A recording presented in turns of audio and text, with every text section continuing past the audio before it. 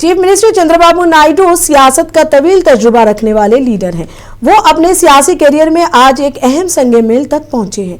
आज 21 सितंबर को सीएम नायडू ने अपनी 30 साल सियासी खिदमात का संग मील उबूर कर लिया है। वो 30 साल कबल आज ही दिन पहली बार मुत्तहिदा आंध्र प्रदेश के चीफ मिनिस्टर के तौर पर हल्फ उठाए थे और अब 2024 में चौथी मर्तबा इस ओहदे पर फाइज हैं। सन 1994 के इंतखाबात में टीडीपी की जबरदस्त कामयाबी के बाद चंद्रबाबू नायडू को एनटीआर की जगह कानून साज पार्टी का लीडर मुंतखब किया गया, जिसके बाद उन्होंने 21 सितंबर 1995 को पहली बार मुत्तहिदा आंध्र प्रदेश के वजीर आला का ओहदा संभाला।